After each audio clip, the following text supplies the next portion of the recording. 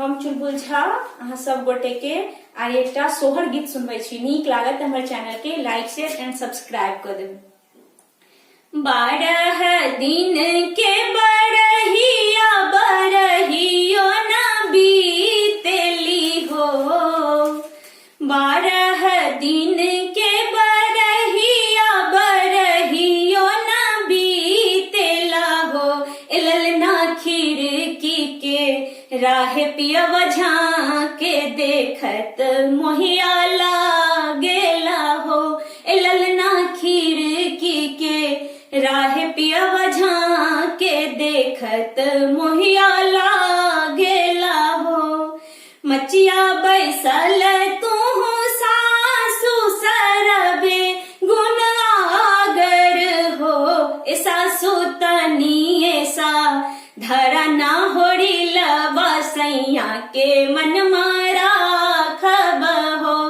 सासु तनी ऐसा धरा ना होड़ी लबसैया के मन मारा खब हो। 12 दिन के बरहिया बरहियो न बीतेला हो।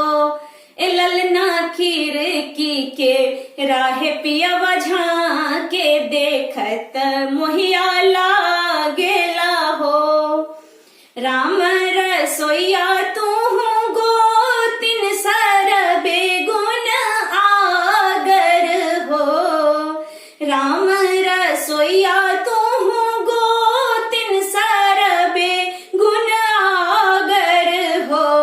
गोतिन तनी ऐसा धरा ना होरिल वासैया के मनवारा खब हो। गोतिन तनी ऐसा धरा ना होरिल वासैया के मनवारा खब हो।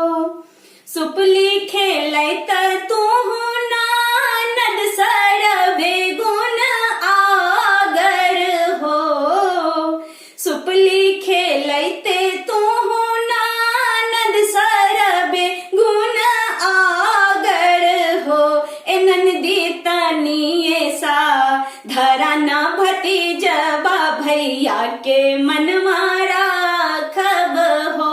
ननदी तनी ऐसा धरा ना भतीजबा भैया के मनवारा खब हो। धरब ए भौजी धारब ललना खिलाइब हो। धरब ए भौजी धारब ललना खिलाइब हो। ए भौजी का देबू हमरा के ने गहसैते घर बाजाएब हो। भौजी का देबू हमरा के नेग हंसैते घर बाजाइब हो। तू ही त सखिया सले हर तू ही त प्यारिनु हो। तू ही त सखिया सले हर तू ही त प्यारिनु हो। ननदी ले तू सब रे गहनमा भैया के मन मारा